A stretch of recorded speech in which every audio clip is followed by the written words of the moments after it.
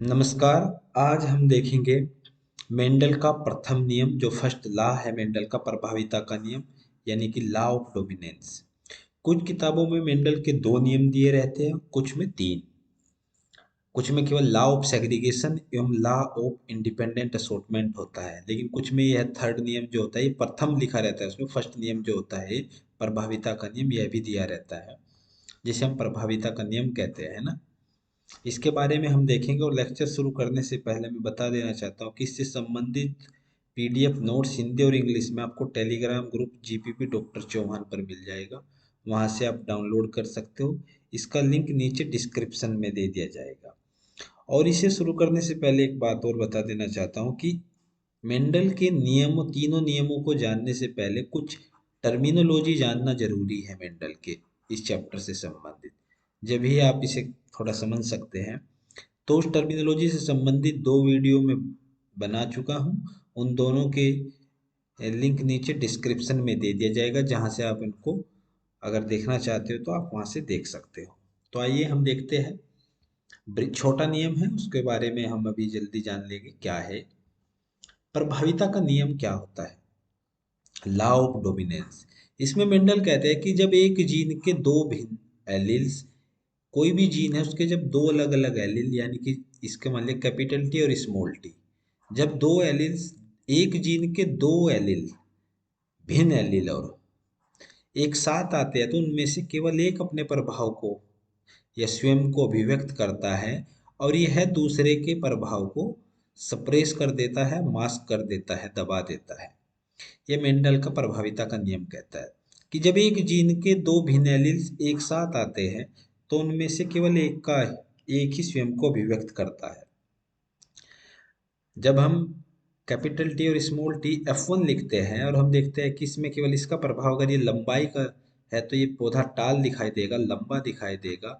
बोने का जो एलील था, बोनेपन का, वो यहाँ पर नहीं दिखाई देगा, वो यहाँ पर सप्रेस हो जाता है, ये कैपिटल टी इसको दबा देता है। तो मेंडल का यह नियम कहता है कि जब एक जीन के दो एलील साथ आते हैं तो एक दूसरे के प्रभाव को दबा देता है, और जिसका प्रभाव दबता है उसे रिसेसिव या अप्रभावी कहते हैं, और जो प्रभाव को दबाता है कैपिटल टी उसे डोमिनेंट या प्रभावी कहते हैं। अब ये जो नियम है इसको समझने के लिए मेंडल ने क्या है, मोनोहाइब्रिड क्रॉस बनाए थे। ये मैं पहले डिस्कस कर चुका हूँ टर्मिनोलॉजी में कि मोनोहाइब्रिड क्रॉस क्या होता है। एक ऐसा क्रॉस जिसमें केवल एक लक्षण को ध्यान में रखा जाता है। जैसे कि अगर लंबाई को लेकर, तो एक लंबाई का लक्षण लिया जाएगा, पौधे की हाइट का, तो पौधे की हाइट का लक्षण लिया जाएगा जिसके दो रूप का हम आपस में क्रॉस कराएंगे, टाल एवं ड्वार्फ। लक्षण एक है जिसके दो रूप है, टाल एवं ड्वार्फ। तो ऐसा क्रॉस जिसमें केवल एक लक्षण को ध्यान में रखा जाता है उसको बोलते हैं मोनोहाइब्रिड क्रॉस। तो यह नियम समझाने के लिए मेंडल ने एक मोनोहाइब्रिड क्रॉस बनाता है, तो यह नियम मोनोहाइब्रिड क्रॉस पर आधारित है। इस नियम के अनुसार कुछ बातें मेंडल ने कंक्लूड की थी। वे तीन बातें जो मेंडल ने कंक्लूड की थी, जो बताई थी, वे इस प्रकार है कि जो कोई भी लक्षण होता है वह अलग अलग इकाइयों यानी कि डिस्क्रीट यूनिट, अलग अलग इकाई द्वारा नियंत्रित किया जाता है, और जो इकाई हमारे लक्षणों को तय करती है उसको मेंडल ने कारक कहा था, जिसे हम वर्तमान समय में जीन कहते हैं। और जीन शब्द किसने दिया था? जॉनसन ने दिया था 1909 में। तो मेंडल ने कहा कि हमारे जो लक्षण है वो अलग अलग इकाइयों द्वारा नियंत्रित होते हैं, कि यूनिट होती है, डिस्क्रीट यूनिट होती है जो सब लक्षणों के लिए अलग होती है, उसके द्वारा नियंत्रित होते हैं, जिसे मेंडल ने कारक कहा था। वर्तमान में हम इस कारक को जीन कहते हैं, क्योंकि जीन शब्द 1909 में जॉनसन ने दिया था। और उसने ये भी कहा कि ये जो कारक होते हैं जोड़े में होते हैं, तो कोई भी जीन है उसके दो एलील होते हैं, वो साथ में रहते हैं, जैसे कैपिटल टी लिखते हैं हम, या स्मॉल टी या कैपिटल टी स्मॉल टी। ऐसे हर लक्षण के लिए एक डिप्लॉइड के अंदर, एक द्विगुणित जीव के अंदर, जैसे इंसान द्विगुणित है, द्विगुणित का मतलब है जब गुणसूत्र, एक गुणसूत्र की दो कॉपी होती है, हम डिप्लॉइड है, हमारे अंदर 23 जोड़े गुणसूत्र हैं, यानी कि हर गुणसूत्र हमारा जोड़े में है। तो एक डिप्लॉइड के अंदर सामान्यतः डिप्लॉइड कंडीशन पाई जाती है। तो एक डिप्लॉइड के अंदर हर लक्षण के 2 एलील होते हैं। यही बात मेंडल ने उस वक्त कही थी कि हर जो जो कारक होते हैं वे जोड़े में होते हैं और हर एक लक्षण जो है वो कारक से तय होता है। उसने फिर आगे कहा कि कारकों की एक असमान जोड़ी में, असमान का मतलब होता है कि जब कैपिटल टी और स्मॉल टी जब साथ होते हैं, ये है असमान जोड़ी, जिसको हम आज हेट्रोजाइगस बोलते हैं। हेट्रोजाइगस, जब एक जीन की दो अलग अलग रूप साथ में रहते हैं। तो मेंडल ने कहा कि कारकों की एक असमान जोड़ी में, यानी कि हेट्रोजाइगस कंडीशन में, ये कब होती है? F1 में। जोड़ी का एक सदस्य कैपिटल टी प्रभावी होता है, ये डोमिनेंट होता है, जो दूसरे के प्रभाव को या कैपिटल टी स्मॉल टी के प्रभाव को दबा देता है। तो ये 3 बातें मेंडल ने यहाँ पर कही थी इस नियम में। इस नियम का जो कंक्लूजन मेंडल ने निकाला था वह यह था कि हमारे जो लक्षण हैं वो अलग अलग इकाइयों द्वारा नियंत्रित होते हैं। ये जो इकाई होती है इनको उसने कारक कहा था। कारक जोड़ों में रहते हैं, ठीक है। और जब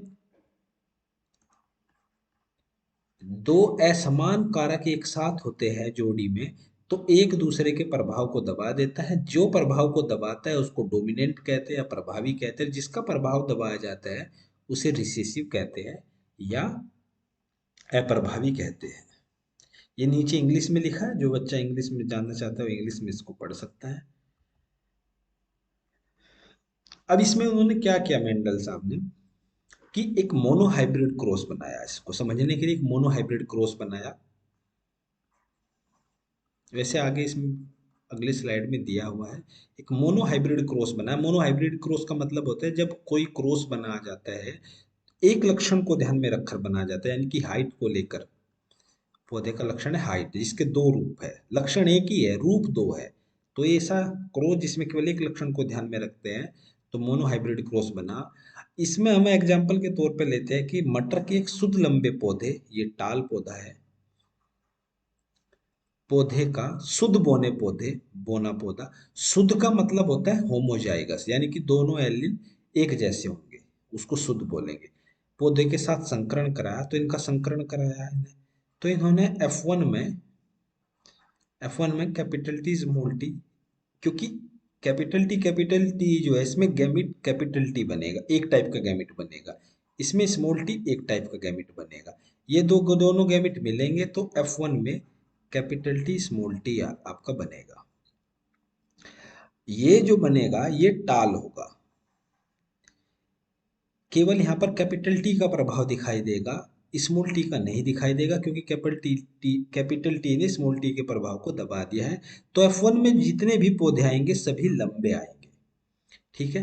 अब मेंडल ने आगे क्या किया, तो इसमें ऊपर लिखा भी है कि एक लंबे शुद्ध पौधे का बोने पौधे के साथ संकरण कराया, तो F1 पीढ़ी में हमें कैपिटल टी स्मॉल टी प्राप्त होते हैं, जिसमें एलिल टी, जिसको हम एलिल कहेंगे, कैपिटल टी एलिल होता है जीन के रूप, अलग अलग वैकल्पिक रूप। टी की उपस्थिति के कारण सभी पौधे लंबे होते हैं, क्योंकि इसने कैपिटल टी ने स्मॉल टी के प्रभाव को दबा दिया है, इसलिए सभी पौधे लंबे होते हैं। बोने जो लक्षण हैं उनका जो एलील है, इसकी अभिव्यक्ति F1 में नहीं दिखाई देती, यानी कि बोने पौधा कोई नहीं आएगा F1 में। केवल एक ही तरह के पौधे आएंगे जो सभी टाल होंगे। लेकिन F2 में बोने पौधे फिर से प्रकट हो जाते हैं। कैसे होते हैं? अब मेंडल ने क्या किया, F1 का मतलब होता है फर्स्ट फीलियल, ठीक है, फीलियल होता है।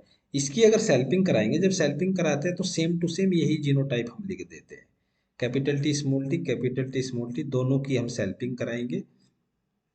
इसकी सेल्फिंग कराने से इसमें दो तरह के गैमेट बनेंगे, कैपिटल टी स्मॉल टी, और इसमें भी दो तरह के गैमेट बनेंगे, कैपिटल टी स्मॉल टी। ऊपर वालों में एक तरह के। ये गैमेट कैसे बनते हैं कभी दूसरी वीडियो में बता दिया जाएगा डिटेल में। तो इसको फिर सिंपल बनाने के लिए एक पुनेट स्क्वायर, एक चेकर बोर्ड से हम इसको समझाएंगे। इसको पुनेट स्क्वायर बनाते हैं। हमेशा याद रखना, इधर जो बाई साइड में होगा यहाँ जनरली फीमेल प्लांट लिखा जाता है और इधर मेल प्लांट लिखा जाता है। इधर भी ये फीमेल प्लांट है और ये मेल प्लांट है।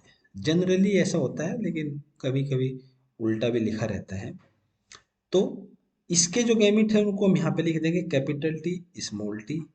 इसके जो गैमिट है मेल के, इसको हम यहाँ लिख देंगे कैपिटल टी स्मॉल टी। ठीक है, इसको आप ऐसे कर लीजिए, यहाँ सिंबल कर दो, ये फीमेल का, ये मेल का, ये दोनों मिलेंगे गैमिट, तो कैपिटल टी मिलेगा, कैपिटल टी स्मॉल टी के साथ कैपिटल टी स्मॉल टी, इस स्मॉल टी के साथ कैपिटल टी मिलेगा, और स्मॉल टी के साथ स्मॉल टी मिलेगा, तो ये स्मॉल टी। ये टाल प्लांट होगा कि दोनों एलील इसमें टी टी है कैपिटल टी, ये टाल होगा। एक कैपिटल टी स्मॉल टी, ये दो है, दो एलील एक साथ, लेकिन कैपिटल टी का प्रभाव दिखाई देगा जैसे F1 में, क्योंकि कैपिटल टी के साथ है स्मॉल टी है, कैपिटल टी स्मॉल टी के प्रभाव को दबा देता है, और इसमें भी टाल हमें दिखाई देगा। तो हमें इन चार पौधों में से, चार टाइप के पौधों में से तीन टाइप के पौधे टाल दिखाई देंगे। तो ये फिनोटाइप होगा जो हमें दिखता है। टर्मिनोलॉजी में हमें बताया था जो लक्षण हमें बाहर से दिख रहे हैं उनको हम फिनोटाइप कहते हैं। फिनोटाइप, ये बोर्ने, ये फिनोटाइप है, और ये जीनोटाइप है जो जीन को हम दिखाते हैं। तो ये जो हमें तीन तरह के टाल पौधे मिले और एक तरह का बोना पौधा, तो इसका फिनोटाइप रेशो आ जाएगा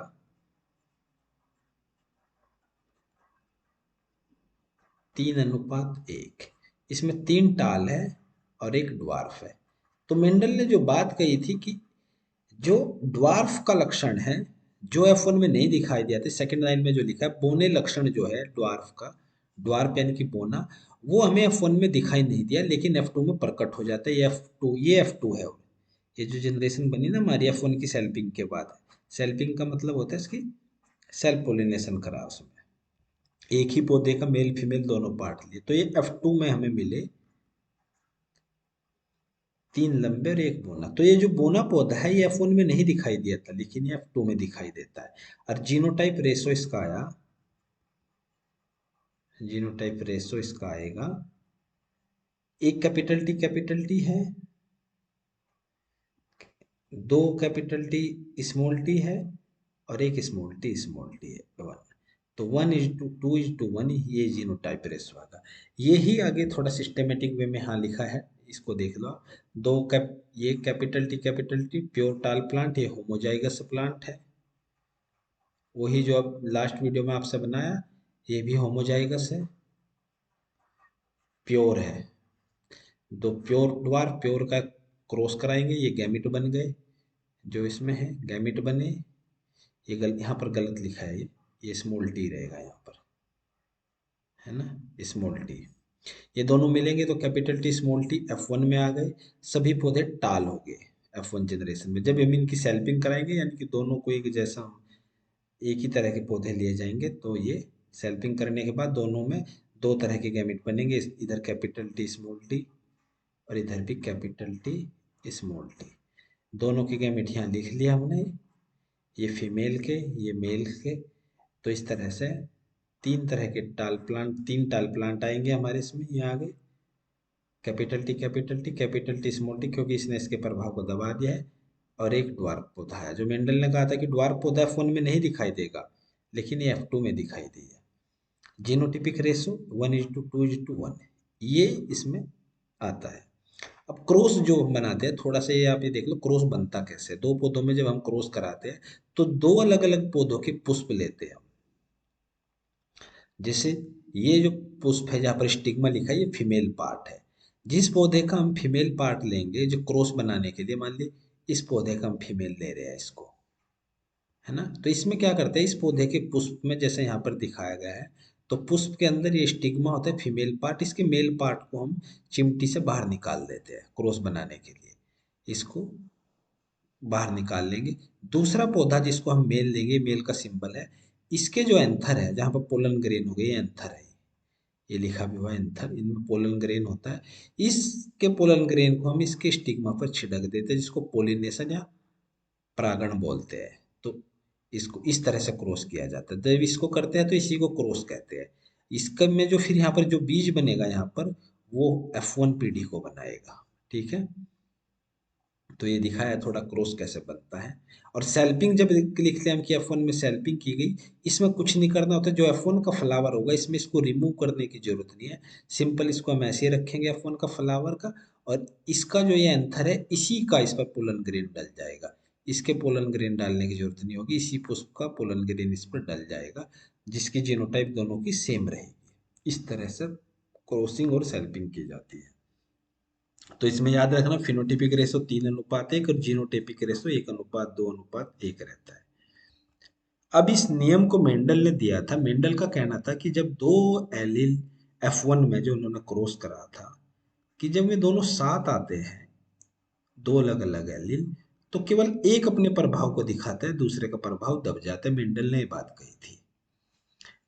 लेकिन ऐसा नहीं होता, इसके कुछ अपवाद है इस नियम के, जो बाद में मेंडल के बाद खोजे गए थे।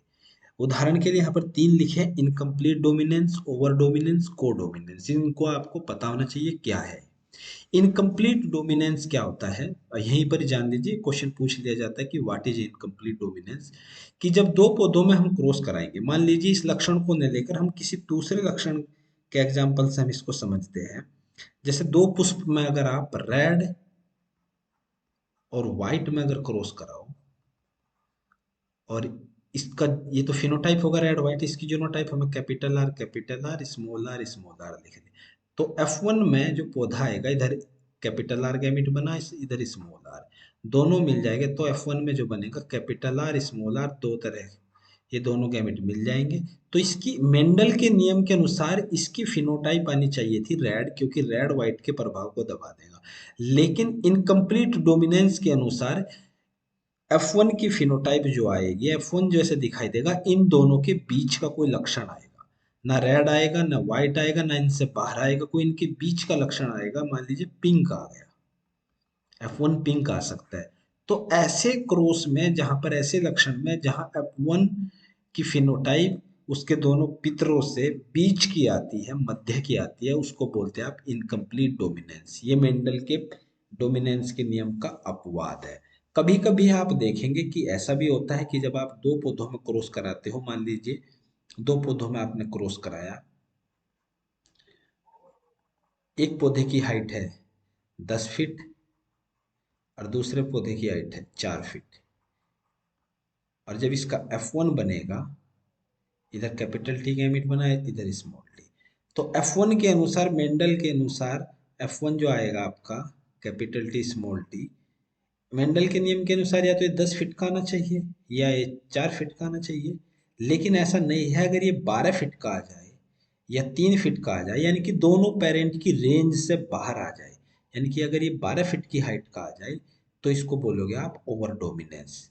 ये ओवर डोमिनेंस का लक्षण है। और अक्सर आपने देखा होगा अपने आसपास, अपने परिवार में, कि माता पिता के दोनों की हाइट से ज्यादा संतान की हाइट होती है, तो आप वहां पर मान सकते हैं कि हाइट का जो लक्षण है, दोनों माँ बाप की हाइट कम है लेकिन बच्चे की हाइट ज्यादा हो गई, तो वो ओवर डोमिनेंस का एग्जाम्पल है। कोडोमिनेंस भी अक्सर पाया जाता है, ये भी इसका अपवाद है। कोडोमिनेंस का बेस्ट एग्जांपल है हमारा ब्लड ग्रुप। कोडोमिनेंस कहते हैं कि जब दोनों एलील, जो कैपिटल टी स्मॉल टी यहाँ दिखाया है, या कैपिटल आर स्मॉल आर, दोनों एलील अपने प्रभाव को F1 में प्रकट करते हैं। इसका बेस्ट एग्जांपल है इंसान का ब्लड ग्रुप। जब आप किसी इंसान का ब्लड ग्रुप है ए, उसकी अगर शादी किसी बी ब्लड ग्रुप वाले से हो जाए, तो ए बी दोनों का एक एक गैमेट आ जाएगा, इधर गैमेट बनेगा। तो मेंडल के नियम के अनुसार तो इसका जो जो संतान आएगी, इसका ब्लड ग्रुप या तो ए होना चाहिए या बी होना चाहिए। लेकिन आप देखते हो कि दोनों मिलता है, ए बी ब्लड ग्रुप होता है, ए बी ब्लड ग्रुप है। ये जो एग्जाम्पल है कि जब F1 में दोनों एलील के लक्षण स्पष्ट दिखाई दे, तो उसे कहेंगे आप कोडोमिनेंस, है ना। ए बी ब्लड ग्रुप हमारा। आपने मुर्गा जो होता है, हेन जो होता है, उसमें भी देखा होगा, उसके जो फीदर होते हैं, पंख होते हैं, अगर आप वाइट मुर्गे के पंख का लक्षण भी इसका कोडोमिनेंस होता है। अगर व्हाइट और ब्लैक को आप क्रॉस कराएंगे, तो आप देखेंगे जो F1 आएगा वो आपको चितकबरा दिखाई देगा, यानी कि ब्लैक और व्हाइट दोनों दिखाई देंगे उसमें, black and white, black plus white. तो ये लक्षण भी आपका कोडोमिनेंस का है। तो ये मेंडल का प्रभाविता का नियम हो गया हमारा। ये जो प्रिंसिपल है, जो this principle is statement about genetic function. अच्छा, ये जो नियम है ये बताता क्या है? ये नियम सिर्फ ये बताता है कि अनुवांशिक जेनेटिक फंक्शन, जीन हमारे कैसे कार्य करते हैं। मेंडल ये अपने इस नियम से बताना चाह रहा था कि जब दो एक जीन के दो फैक्टर जो होते हैं, दो एलील साथ में आते हैं, तो एक दूसरे के प्रभाव को दबा देता है, केवल एक ही अपने प्रभाव को दिखाता है, दूसरा प्रभाव को नहीं दिखाई देता। और दोनों ये फैक्टर जो होते हैं, जितने ही हमारे लक्षण को तय करते हैं, दोनों साथ साथ रहते हैं, सॉलिड अवस्था में रहते हैं। मेंडल से पहले लोग ये कह रहे थे कि जो फैक्टर जीन होते हैं जिनसे हमारे लक्षण तय होते हैं, वे लिक्विड फॉर्म में होते हैं, लेकिन मेंडल पहला व्यक्ति था जिन्होंने कहा कि ये सॉलिड होते हैं, ना कि लिक्विड। तो ये जो प्रिंसिपल है वो यही बताता है कि जेनेटिक फंक्शन कैसे होता है, आनुवंशिक कार्य कैसे होता है, हमारी बॉडी में कैसे जीन कार्य करते हैं, इसके बारे में ये सिद्धांत बताता है। Thank you very much. यदि आपको ये समझ में आया है, पसंद आया है, तो चैनल को लाइक करिए एंड सब्सक्राइब कीजिए।